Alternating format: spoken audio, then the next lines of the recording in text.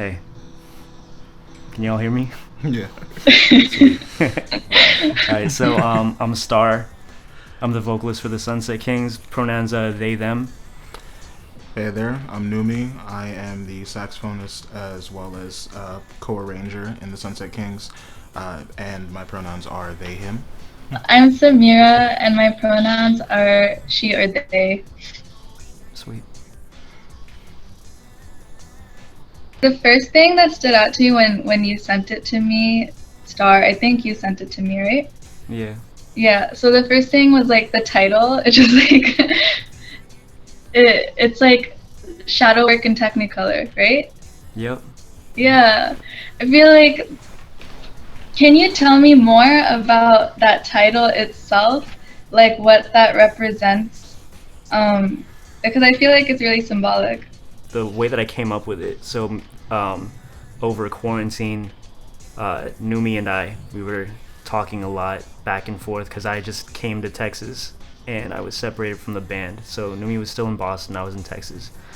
And Numi told me about this post, I think from Capella, one of the artists that he produces for, and they were talking about shadow work, and so we started talking about like, what is shadow work? Like, we realized that we'd been doing stuff like that for like a while, but I never had a language for it, so I started looking into it, and yeah, I got this idea for shadow work in Technicolor because I feel like the concept that I wanted to kind of bring into everything, especially after they told me like all of their thoughts on shadow work, was this feeling of just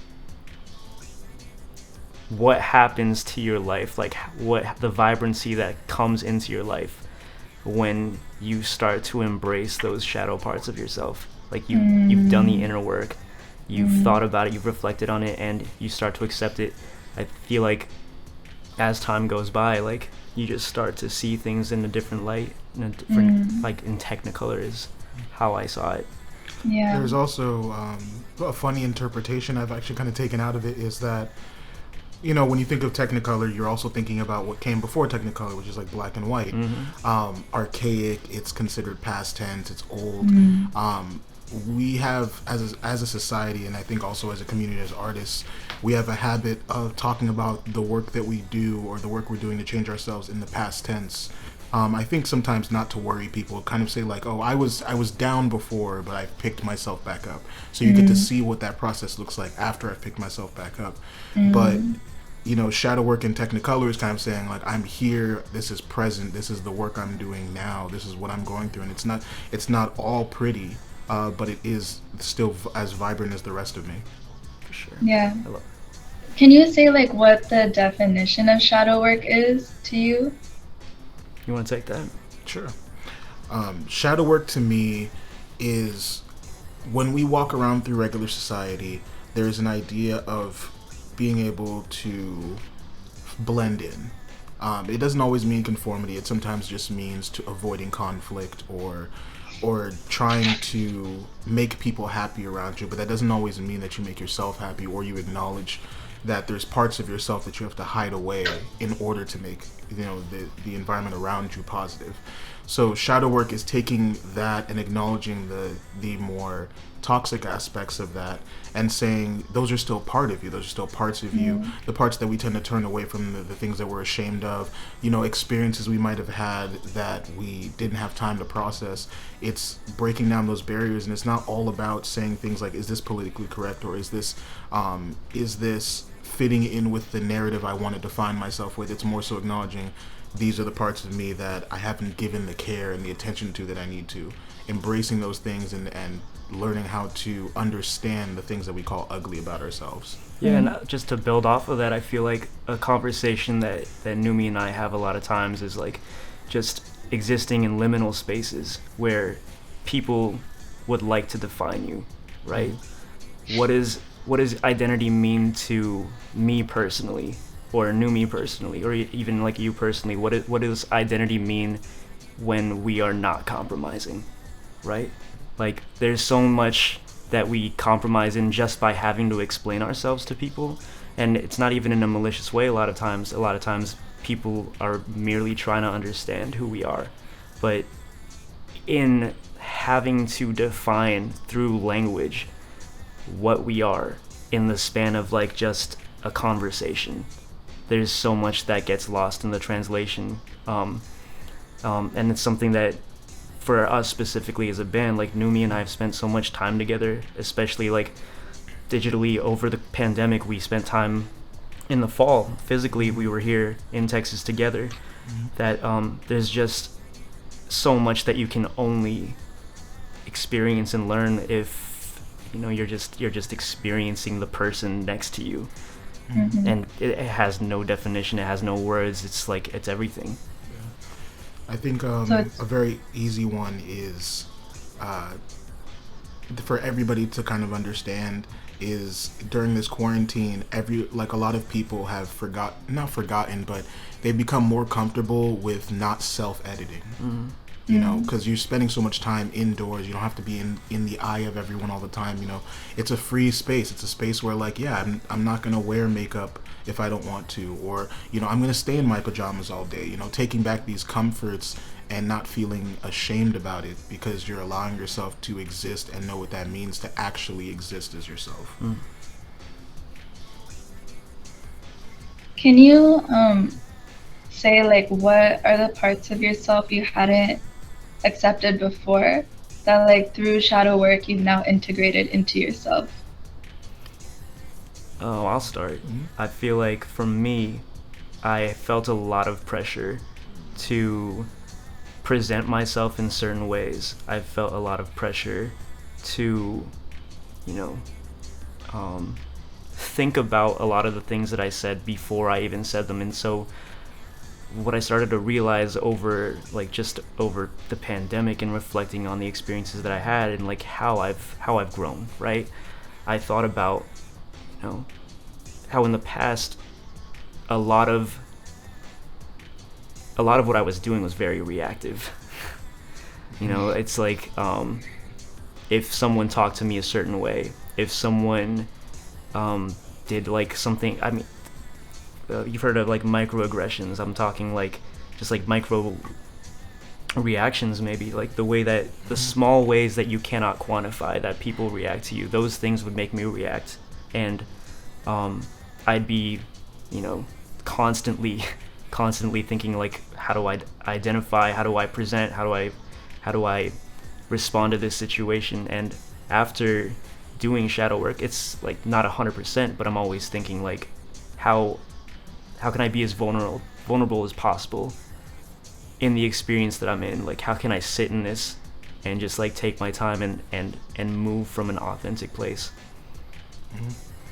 I definitely say, even to add on to that, it goes even as far as asking myself the question of, how do I separate insecurities related to my identity that are born out of being unfamiliar with new territory, versus uncertainty and insecurity related to being unsure of how people are receiving you, and knowing the difference between those two energies, and knowing that one uncertainty, or rather one insecurity, is a natural part of any time you accept change.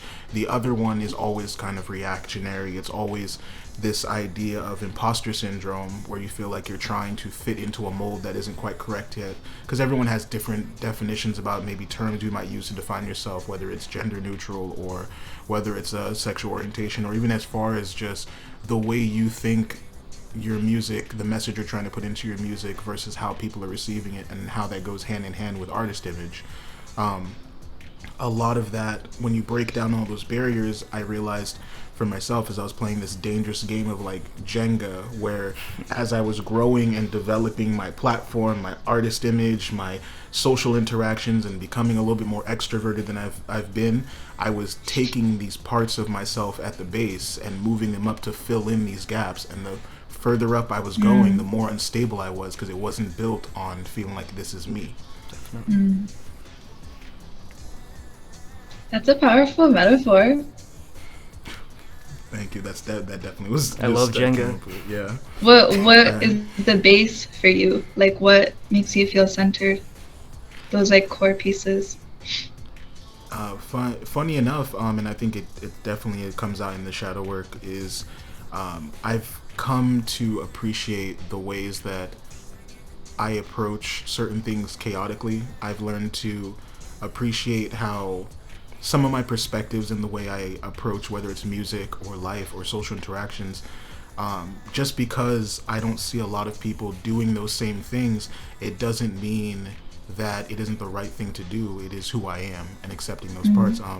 A big one for me is that when it comes to music, since I started so much later than my peers, I didn't really learn the instruments I call like my heart now until I was already into like late teens and my early 20s. It's always that feeling of feeling like I was trying to play catch up or this like racing game, and I'm like, oh, I can't play these melodies the way other people play melodies, or I don't fit a stereotypical genre of sound when I play this instrument. Is this wrong? Is it me? Am I not of a proficiency? And realizing at my base, the whole thing is that like when I enjoy the things I do, when I am invested in what I'm doing, then it's gonna work out. For sure. I think for me, it's boundaries. I've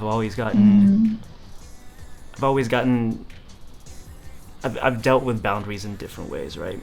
I think that I've evolved from like, I think when I first discovered like there are boundaries that everyone has, like maybe some of us are just like not really aware of them. And to me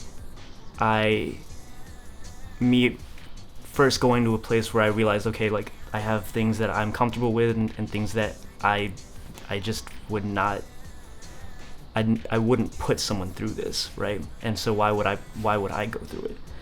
Me discovering that I had boundaries was this whole thing where I realized like for a long time I would do things to not upset people, right? I'd find it really hard to say no to people. I wanted to just like make myself as available and accessible as possible so that like no one felt like I was ignoring them or what have you, but I never thought about myself. And I'd get so upset, but like not like in a way where I'd like act out or anything. I'd get depressed. I'd lock myself up in my room. I'd be like, I don't have time to write or practice. I just need to turn my phone off, or I need to stay away from my phone. And when I started to realize that that's the way that I would do things, boundaries to me, like setting my boundaries started to become a process of me realizing that, yeah, I get fucking angry. I get upset when people like step over my boundaries. And the one thing that is on me is for me to clearly define them now when I'm alone so that I can set them first thing when I meet people. Because I think anger is such a powerful and important emotion. I feel like we're all trying to like, a lot of us are really scared to be seen as angry. But like that rage, like I feel like if you can find healthy ways to allow that anger to impassion what you're doing, I think that there's a lot of potential. Like I think that a lot of times that I've had really passionate conversations with people, things that opened up a lot of closed doors on like stuff that we could talk about. It's because I've gotten angry, I've gotten upset that like maybe we're not talking about this thing enough, maybe we're not spending enough time together. And being able to sit in that place clearly and just like sit with people who are upset, or like me being upset, and like having those people around me, like that for me has been the base of everything. For sure. I mean, anger is like, to me, something I've had to accept in a lot of my shadow work, because anger is what tells people you can't treat me this way, like it's our body's way of being like, you can't, I need more, I need you to treat me differently. And so expressing that in a healthy way, it can look like boundaries, you know, like what you were saying. Absolutely. Yeah, because like in both of your responses, I heard like a lot of pre-shadow work, a lot of like people pleasing. And then anger, I feel like it counters people pleasing. It like cuts through all of that. Right. Yeah. Yeah. I'm not sure if there's supposed to be a fine balance. I think that I hope that what we're saying right now is the fine balance, but who knows? You definitely hit the nail on the head with anger. Like, I think that what you said, like, it's your body's response to like telling you what you need and how you need to be treated. I wonder if you've ever felt like, I don't know, I wonder if you've ever felt apprehensive in your anger to tell people what you need, like in your passion to tell people what you need and how you need to be treated. I've felt that way for sure. I still struggle with that, in fact. Yeah. So. Yeah, it's hard because like anger, like you said, it's not that accepted. Like even though it is natural, it's so natural, like when, you know, we're violated. But yeah, like people don't quite understand that. So people, I think, see anger as violence. Instead of like seeing it can also be a reaction to violence. For sure. But yeah. That's a great point. I feel like that's something that I definitely want to think about more, because there's a lot of emotions that we equate with other things instead of, you know, being clear about what they are. Bell Hooks was talking about it in I think it was All About Love, like how do we define trauma and how do we define like abuse? Like anger is not violence, but like when we uncheck our anger, when we don't do the work as individuals but also as a community, and like really just like who needs to do the work, who needs to have space held for them, and how can, like, there's so many factors that go into it, right? Anger doesn't equal violence, but unchecked anger can lead to violence. And understanding those two things are different could possibly lead to a lot more conversations. Yeah, I don't know, I want to push back a little bit on like unchecked anger can be violence. Because I feel like sometimes when anger is held in too long, meaning you check your anger too much, that's when it's explosive. Because then when it comes out, you aren't in control of it. Facts. You know? Yeah, you're right. I guess an alternative word I would use is underestimated anger. Is oftentimes what leads to those fallouts, is because we think that it's as simple as just let me suppress this, let me just push this down, let me deal with this later, or this isn't the right time, this is inappropriate, or, you know, is this really like, am I being too much? There's a lot of that doubt and self-questioning of the value of your the value of your expression and how authentic it is, you know. And I think when that comes to a head, when it reaches a point where like you cannot keep pushing down your natural reaction to what's happening to you, it all comes out at once, and that's, you know, what it can very easily lead to violence, because at that point your body just wants to let it out, and it's going to let it out in whatever way it can. Yeah. I think I'm gonna move on to like some other questions, because there was a lot in the album. I think recurring questions. I think you talked about it in like one of the songs. What were some of the recurring questions that have come up for you like while you were creating this? I think one that comes up off the top of my head specifically is how we deal with grief. I think that the basis for the record, for me, like I was thinking about it 2 years ago. I think that I might have talked to you a little bit about, like, not shortly after, I don't remember how long after, but our bassist passed away. right before we released our first album. And since then, I've been thinking about how we deal with grief individually, and like how we deal with grief as artists, creatives, how we deal with grief in this era, this generation now, like how, I mean, just with everything, like grief in social media, like we're expected to grieve like in such a public way. We're or maybe even some things like if I feel like I have these highs, I feel like I'm successful at this thing, or I'm still ambitious about like my art, and I'm starting to make strides and progress doing that, like why do I still feel guilty for sharing that when I'm supposed to be grieving? I feel like when we think of grief, we think about it collectively as this pervasive, defining thing, and maybe yes, it is that, but there's so much to life beyond that. Like I mean, going back to that thing about using anger to influence the way that you communicate with people, like grief does the same thing. Like I feel more empathy, I feel more compassion because of my grief, and understanding that other people go through that, and maybe it's not the loss of a person, it's the loss of like an idea.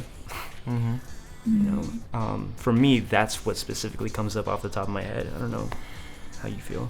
Yeah, I definitely, grief is the biggest recurring question, because I think, at least for me, the significance of losing our bandmate Nick, which is a primary focus of when we talk about grief in the context of the album, it's the first time I had lost someone of such significance to me. Someone who, just quite frankly, I didn't have any tools or anything to be equipped to deal with their loss, because I just never ever imagined it as a possibility that they would not be at all these things I was looking forward to. Imagining the future, and those people who you just place in those predictions of the future because they're just a constant, so I was left floorless, foundationless. I was free falling, just trying to catch myself before I self-destruct. Not all the methods used were the best. Not all the methods I still use now are the best. But the important thing I found is that it's a evolving conversation, and that's one thing that doesn't get captured with the visibility of online, because with social media and intersecting with it as an artist and trying to, you want to communicate your well-being just because you are connected to people. It's another form of interaction, but also if I post something very happy, or just like something I thought was funny or whatever it might be on my Instagram story, and then I go silent for 2 weeks, there's two different reactions to that. Some people might take that as like, well, the last thing they posted was really happy, so they're probably just living a very happy life and they're busy. And then other people might be like, well, they posted something, but now they're gone for 2 weeks, so something must be very wrong. In actuality, in that 2 weeks, I've probably had highs and lows and everywhere in between. Maybe there was a day where I was really down and I cried, or maybe I am just busy. But there's so much more nuance to real life, and it becomes hard. It becomes hard to know what parts to share with the outside world or close friends, and knowing those boundaries, because there's a certain aspect of it's hard. It's easy to fall into the trap of saying I need to have people see this so I can feel validated in my expression of this emotion, which is tough to tackle. Definitely. Like even when I was writing my notes, I wrote colors of grief, because like color was already in the album name, and there's so many emotions in grief. It's not one emotion, and I feel like you're both talking about how it's like misunderstood. We expect it to be something, especially when we know someone is grieving. But like, can you talk a little bit more about what your colors of grief were? for both of you. First, can you see my aura?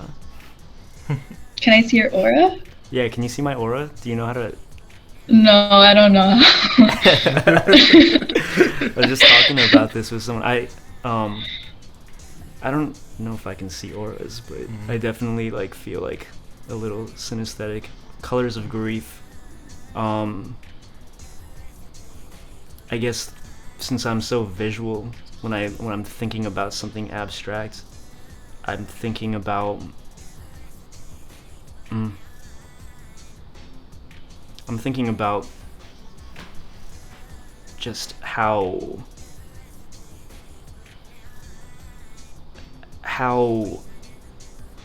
grief starts to color a lot of the things. I mean, I wouldn't even necessarily call it grief, but it's loss. It's like, what is the cost of loss?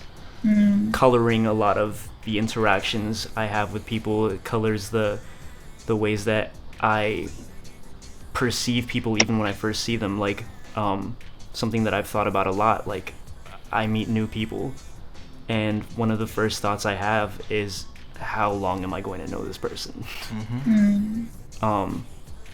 And so, I mean, not colors, but I think about this new, I guess you could call it like a new hue to everything, a new chroma. Like, there's I'm not talking about auras, but like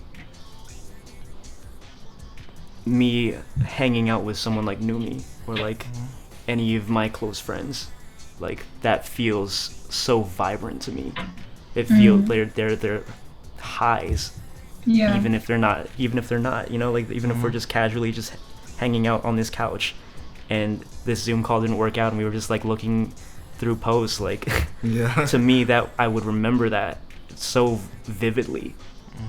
And then there's other people where I'm just like, it takes a while for me to get to a point where it feels like, okay, this is a part of my story. Like, this is something that is super important. We're gonna be crossing paths a lot. Like, I don't know if that answers your question, but that's kind of how I think now.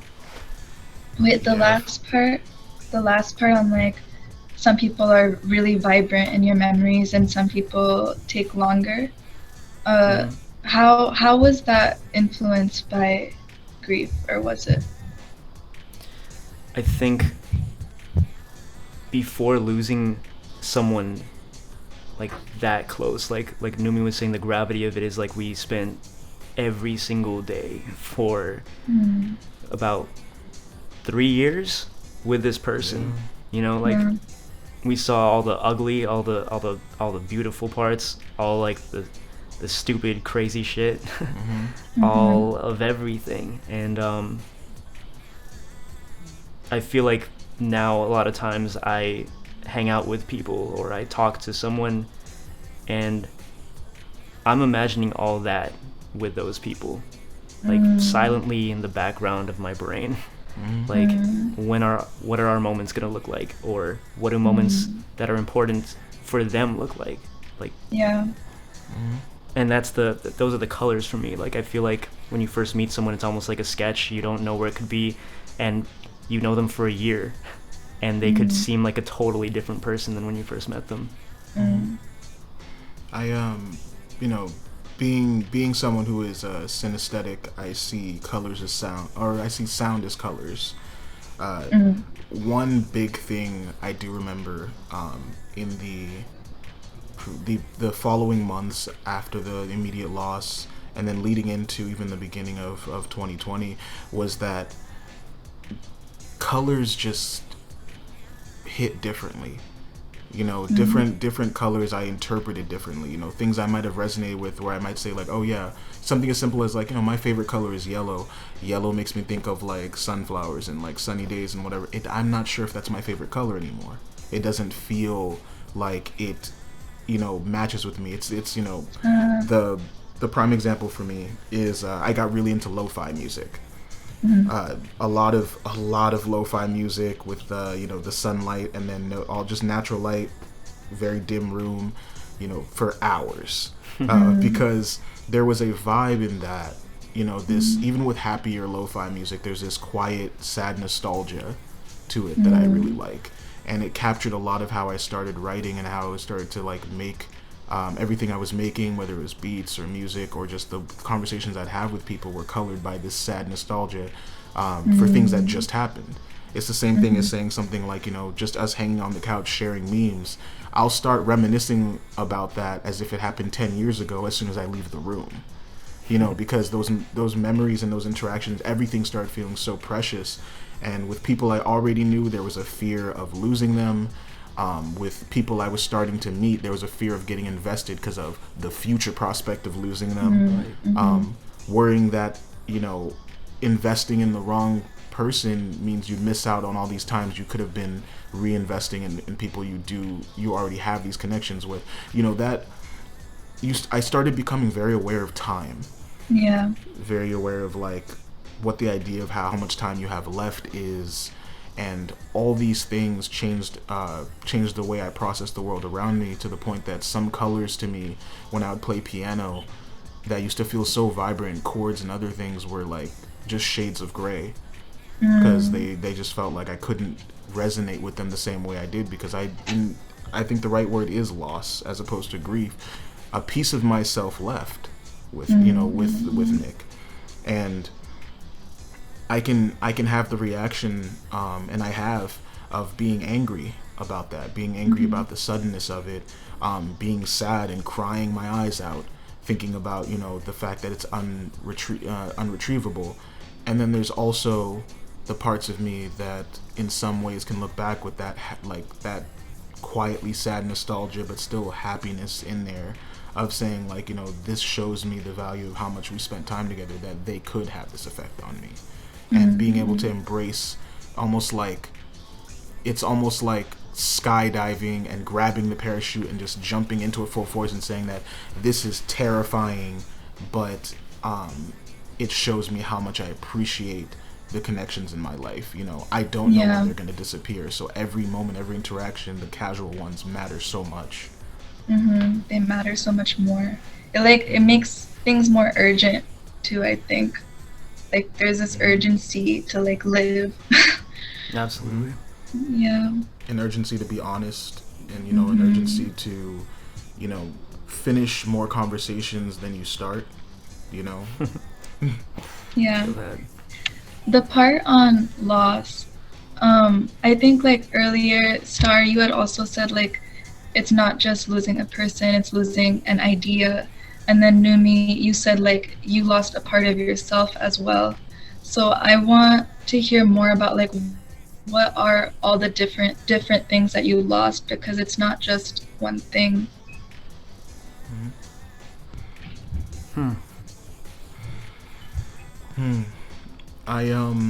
So for me, I mean, I think mine is like the, you know, it's a very easy extreme example, which is I lost a lot of things that I did with Nick, which is like I used to smoke cigarettes, for example, and I specifically would start smoking the same brand as Nick, and there was this whole thing after band practices. You know, we have our time, we have our whole session, and then we go downstairs before Nick is gonna go back home, and we're standing in front of the porch. It became a normal thing of whether it was like some of us would smoke, some of us wouldn't. We just talk on the porch, and time again, I would ask Nick just like, "Yo, let me get one of those cigarettes, and we'll just talk." And after he died, I was still smoking spirits specifically because it would give me that little moment to step outside or have an excuse to leave a social interaction if I started feeling grief, and I could just sit out there, smoke a cigarette, and be like, you know, I'm gonna be all right, or whatever it might be. That comes down to I couldn't really smoke weed like that anymore. I couldn't drink anymore, because like all these things were tied together to some of the happiest moments of my life with people who I can't recreate those moments, you know, anymore, because there is a fundamental part of it that's not there. In social interactions, I think a big one is my fear of being too much. I realized that, like, you know, this idea of I need to get close enough to this person that they'll be invested enough in me that when I show them my genuine self, they won't leave. This was like a very big insecurity of mine for a long time. And after Nick passed, I thought of all the times I wanted to say more to compliment his playing more, how fast he was growing on his instrument, all the conversations of things I wanted to ask him what he thought about on certain things, but I never got the chance. I'll ask him later. I'll talk to him later. The day before I got the news that he had died, I remember that we had just had band practice and we're sitting and talking, and I was super tired, and instead of going downstairs to smoke a cigarette and hang out with them, I went and just crashed on the couch. And I think about that's the one time I didn't go downstairs, and that was the last time I would have had a chance to see him. And that made me realize, it made me realize that like I can't bank on the idea that I'll have tomorrow to show someone who I am today. I have to just be me in every context, in every situation, because I owe it to myself and I owe it to other people to be able to have that experience if either one of us isn't going to have another chance. Man, I didn't realize that that's how you thought. I guess I'm not really sure where I'd start. I think that's a good entry point though. Like the last time I talked to Nick, I think about it a lot because I was out in Boston at this really nice hotel, right? I was helping our friend Miu, and she was doing a photography job, so I was helping out with that. We were taking photos for this small business, and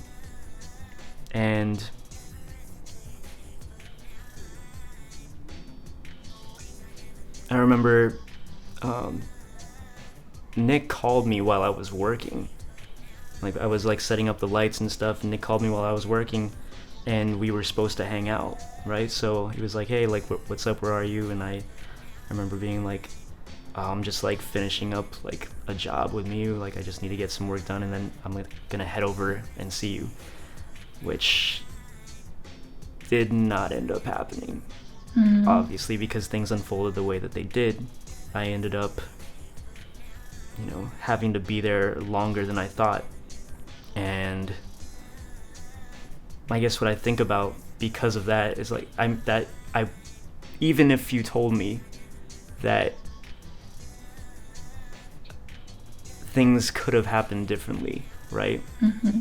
I don't know if they could have, because that was just the person that I was. I was always so wrapped up in like how can I get better at what I'm doing? How can I get better at pushing the band's music? How can I become a better musician? How can I be a better artist? Like hustle, right? And I missed out on so much the first 2 years that we were together. I got a lot out of it. Like I got some of my best friends. I met so many fucking awesome people. But at the same time, I feel like I let ambition get the better of me, so I was always picking work over hanging out. Like I remember people would go out for Halloween, they go to Salem, everyone's getting dressed up, and I'm like, nah, I gotta finish this video, and everyone's ready to go, and they're like, you're not coming with us? It's like stuff like that.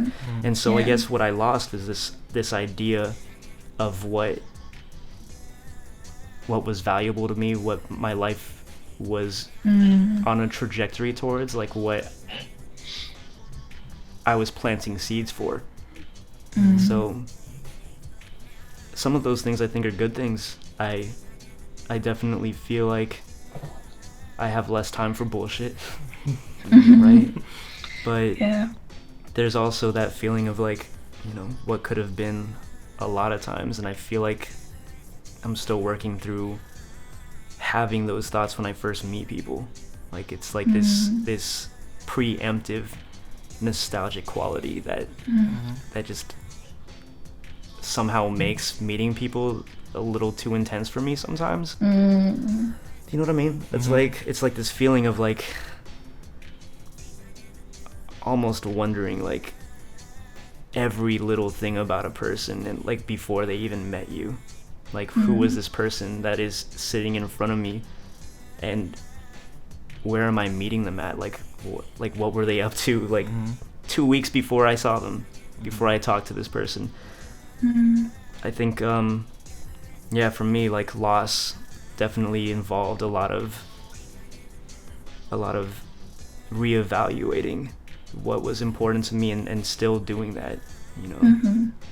It's thinking about sacrifices and realizing that it's okay to have made those sacrifices, and it's okay to have missed out on things, and it doesn't make you too late to decide that you still want to participate and do a little bit more.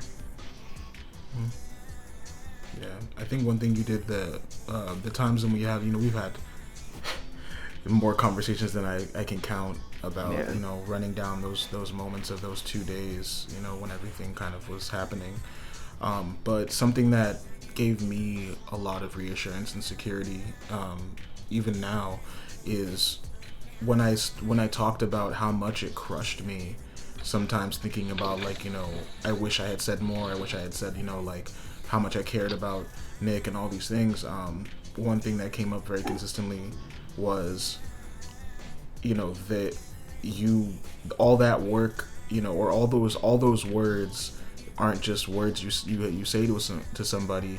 Those are words that you built up, feelings that you built up over time. And the countless other times when you showed you appreciated someone, the countless other times in knowing somebody that you are present with them and you spend time together, that's communicating, you know, how much they matter in your life. And even if you don't get that, you know, that goodbye, or, you know, I love you, or all these things, right before you realize that that's the last time you're going to talk to them, they already know, you know. And I think that is a very important security for me, because it makes me not be as afraid of arguments, be as afraid of moments where, like, even people I'm really close to, the idea of if they do something that's upsetting and we have to have this conflict, it makes me less afraid of those moments happening, because I know that that doesn't negate everything we've been through. It doesn't erase, you know, the history of what we've put together, the commitments we've made to each other, and the ways that we've taken time to understand each other. Yeah. It's like, even if you didn't get to say everything you wanted to, like, you showed it through, like, all the moments and memories. Definitely. Okay. So, like, in the very beginning, when you were saying, like, how through shadow work now you see things in Technicolor, what are, like, the new colors that you see now? I think specifically what I've been thinking a lot about is the reclamation of joy. I think that, you know, coming from a place of, like, all the stuff that we talked about, you know, joy is tinged with guilt, right? But, you know, I feel like there's an opportunity when you lose a part of yourself, or you lose a relationship or an idea or something very important to you. You have an opportunity to rebuild. You have an opportunity to, you know, reevaluate. Like, maybe the structure that you had built up isn't necessarily the best one for you now, you know? And to me, that's the reclamation of joy. It's like, it's knowing how precious things are and how impermanent things are, and not letting that stand in the way of you really being present and, like, seeing it in Technicolor, like, make it a movie, live it, breathe it, feel it, be moved to say the things that, you know, are going to electrify the people around you and you yourself, right? because Yeah. I mean, all of us are the main characters of our story. I guess an ideal part of me, that's something that I recognize as idealism, but I hope that there's a time and space for this, is just all of us being so secure in our value that every single time we meet, every single time we open our mouths up around each other, every time we like wake up next to each other, whatever, you just feel that spark, right? The thing that you want to remember. So I think a big one for me also is just the flat statement of, if anyone who knows me, and honestly anyone who interacts with me, especially artists, for more than 5 minutes, knows that I go hard for my friends. I am a big fan of everything that people I know are doing, and if I feel like it's like one of those drinking games of like, take a shot if every time Numi tells you how wonderful a human you are, like, you know.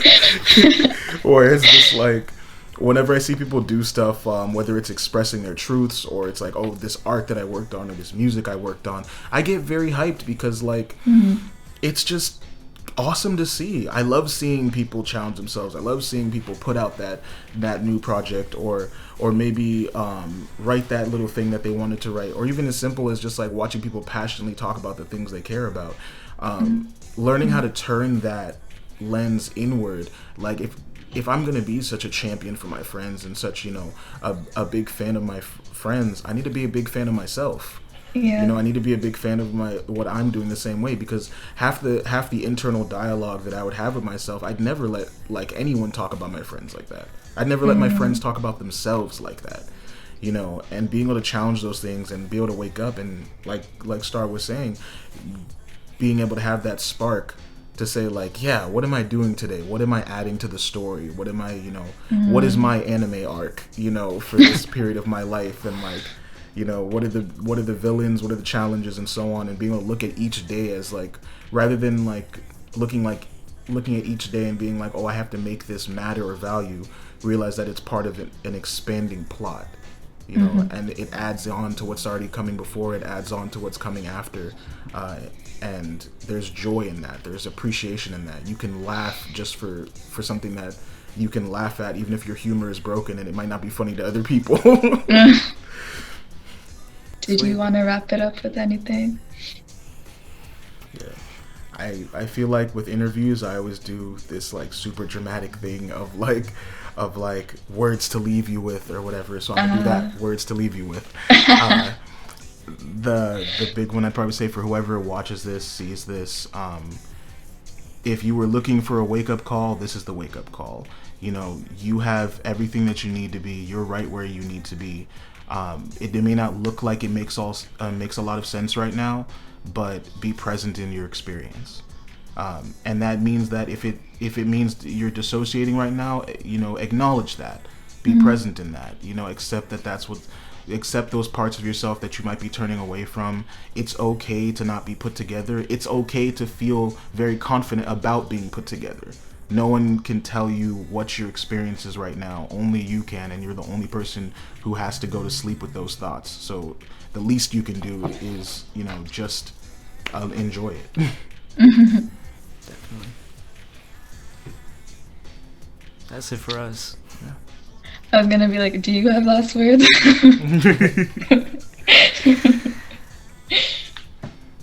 Well, I mean, thanks for getting on the call with us. Yeah, thanks for absolutely. asking questions. Thanks for Yeah. listening.